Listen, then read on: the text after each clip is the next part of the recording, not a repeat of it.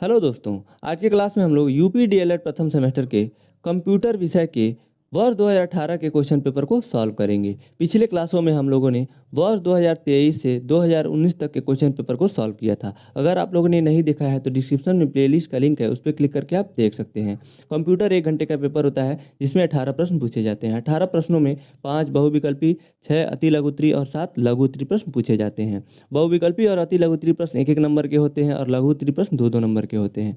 कुल मिलाकर 25 नंबर का पेपर होता है जिसमें 12 नंबर पासिंग मार्क्स होता है, यानी पास होने के लिए 12 नंबर पाना कंपलसरी होता है। तो आइए आज का क्लास शुरू करते हैं। बहुविकल्पी प्रश्न का पहला प्रश्न है, कंप्यूटर का मुख्य कार्य आंकड़ों को परिवर्तित करना है।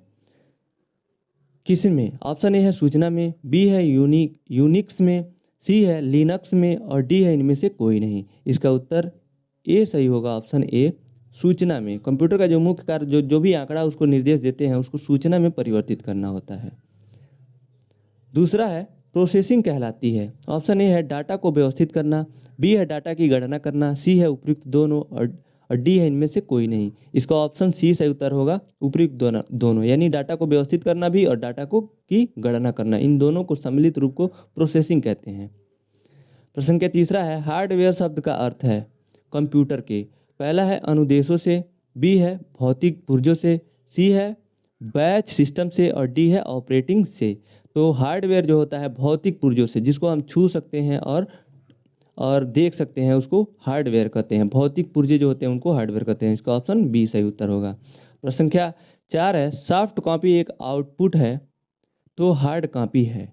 देखिए, हार्ड कॉपी एक आउटपुट है तो इसका ऑप्शन ए है भौतिक पुर्जा, बी है प्रिंटेड डिवाइस, सी है प्रिंटेड आउटपुट और डी है उपयुक्त सभी। तो इसका ऑप्शन सी सही उत्तर होगा, सी सही उत्तर होगा, प्रिंटेड आउटपुट। अगला प्रश्न है प्रश्न संख्या 5, माइक्रोसॉफ्ट ऑफिस की मुख्य विशेषता है। ऑप्शन ए है इसमें विस्तारता का गुण है, बी है अत्यंत सरल प्रोग्राम है, सी है लगभग सभी विभागों में प्रयोग होता है और ऑप्शन डी है उपयुक्त सभी। तो इसका ऑप्शन डी सही उत्तर होगा, उपयुक्त सभी। इसमें विस्तारता का गुण भी होता है, ये सरल और प्रोग्राम भी है और ये लगभग हर जगह प्रयोग भी होता है, इसलिए इसका ऑप्शन डी सही उत्तर होगा। अगला प्रश्न है जो कि अति लघु उत्तरीय का पहला प्रश्न है। संख्या 6वां, सॉफ्टवेयर क्या है? उत्तर सॉफ्टवेयर निर्देशों तथा प्रोग्राम का वह समूह है जो कंप्यूटर को किसी कार्य विशेष को पूरा करने का निर्देश देता है तथा यह उपयोगकर्ता को कंप्यूटर पर काम करने की क्षमता प्रदान करता है, सॉफ्टवेयर कहलाता है। प्रश्न संख्या 7 है आउटपुट किसे कहते हैं? उत्तर कंप्यूटर से प्राप्त परिणामों को आउटपुट कहते हैं जो आउटपुट डिवाइसों द्वारा प्राप्त करते हैं, जैसे printer, plotter, monitor, projector, headphone, speaker आदि। आउटपुट जो भी कंप्यूटर के द्वारा हमको प्राप्त होता है उसको आउटपुट कहते हैं और हम जो कंप्यूटर को निर्देश देते हैं या कुछ भी उसमें इंसर्ट करते हैं वो इनपुट कहलाता है। आगे दिया हुआ है आउटपुट डिवाइस ऐसे डिवाइसेस होती हैं जिनका उपयोग कंप्यूटर से प्राप्त परिणाम को देखने या प्राप्त करने के लिए किया जाता है। यानी जो आउटपुट होता है वो कंप्यूटर से प्राप्त होता है, जिनकी मदद से देखा जाता है या सुना जाता है, उनको प्राप्त किया जाता है, उनको आउटपुट डिवाइसेस कहते हैं। प्रश्न संख्या 8 है इंटरनेट एक्सप्लोरर क्या है? उत्तर हेडिंग लिखेंगे इंटरनेट एक्सप्लोरर माइक्रोसॉफ्ट द्वारा 1965 में लॉन्च किया गया एक वेब ब्राउज़र है जो माइक्रोसॉफ्ट विंडोज़ ऑपरेटिंग सिस्टम के साथ आती है। बाय डिफ़ॉल्ट उसी में रहता है, विंडोज़ के साथ माइक्रोसॉफ्ट विंडोज़ में रहता है इंटरनेट एक्सप्लोरर। यह वेब ब्राउज़र इंटरनेट पर वेब पेज देखने की अनुमति देता है।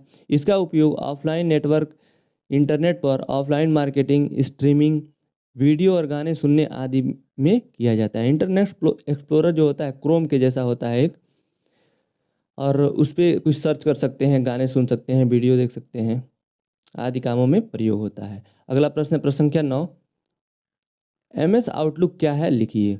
उत्तर माइक्रोसॉफ्ट आउटलुक एक सॉफ्टवेयर है जो ईमेल को व्यवस्थित करने और व्यक्तिगत जानकारी को प्रबंधित करने का कार्य करता है।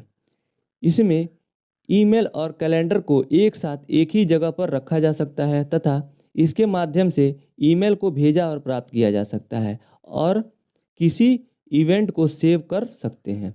ये MS आउटलुक पीछे भी पूछा जा चुका है, रिपीट हुआ है प्रश्न। सेम प्रश्न अगले वर्ष में पूछ लिया जाता है, इसलिए आपको प्रीवियस ईयर सॉल्व करना बहुत ज़रूरी होता है।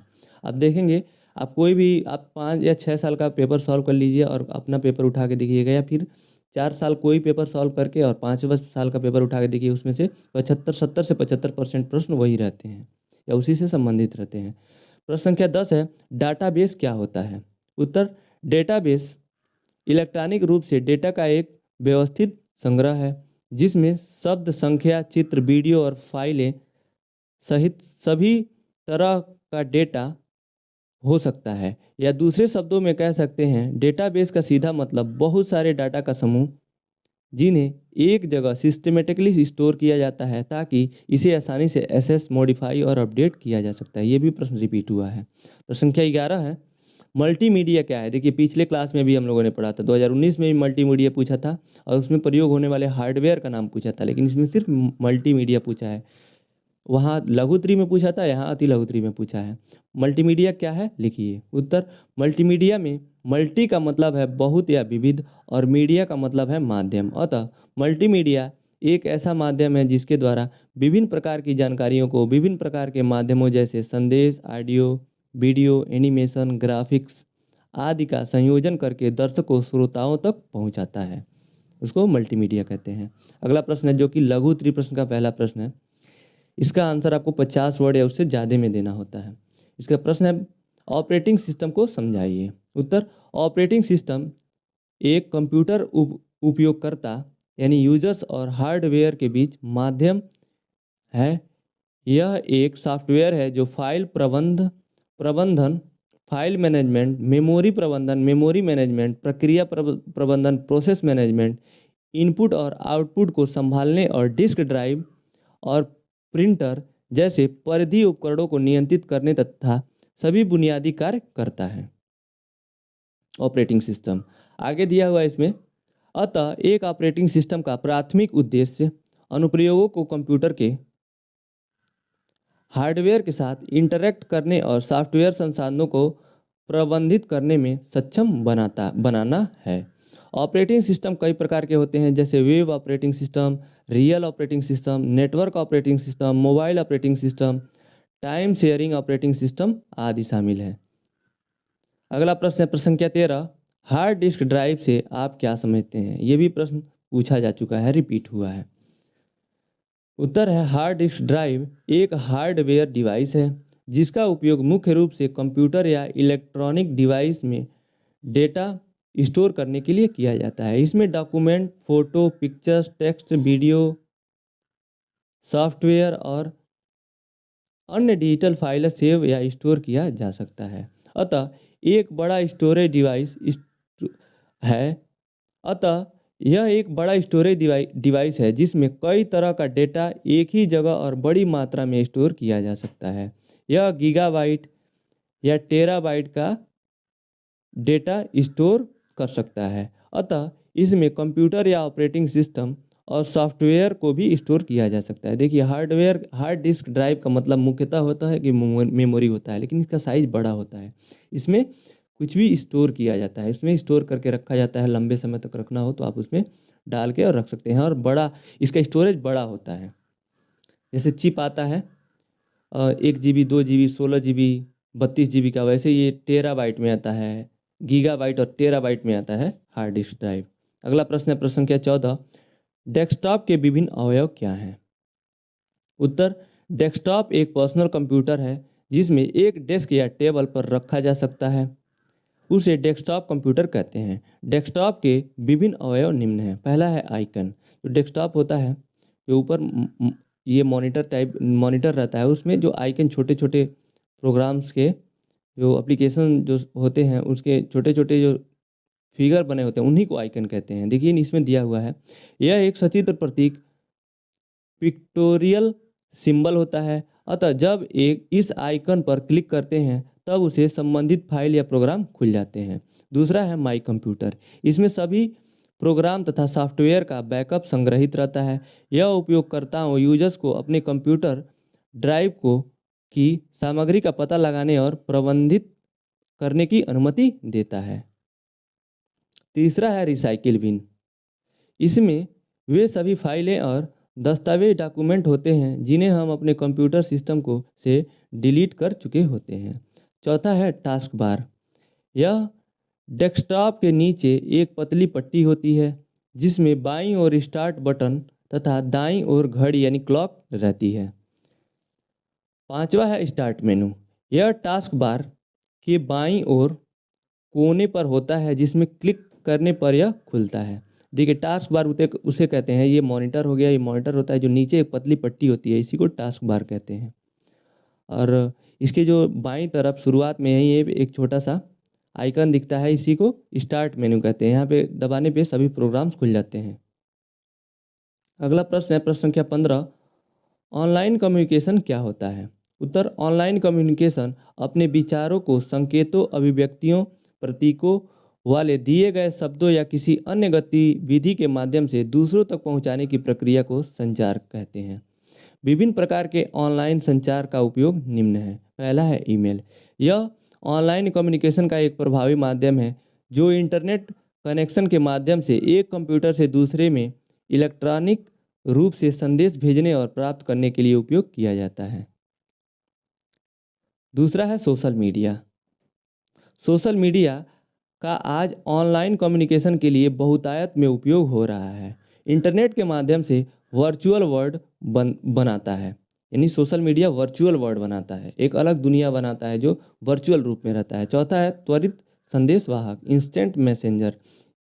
यह हाल में विकसित संचार का लोकप्रिय माध्यम है जिसके द्वारा सचित्र संदेश भेजा जा सकता है। इसमें एक ही समय में संदेश को भेजा या प्राप्त किया जा सकता है, इसी कारण यह त्वरित संदेश वाहक इंस्टेंट मैसेंजर कहलाता है।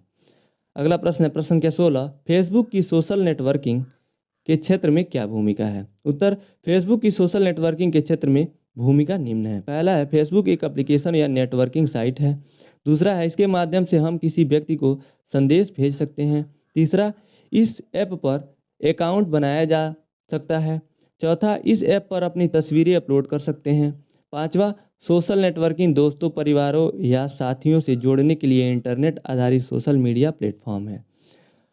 छठवां है सोशल मीडिया विभिन्न आवश्यकताओं के लिए लोगों को व्यवसायों से जोड़ने में मदद करती है।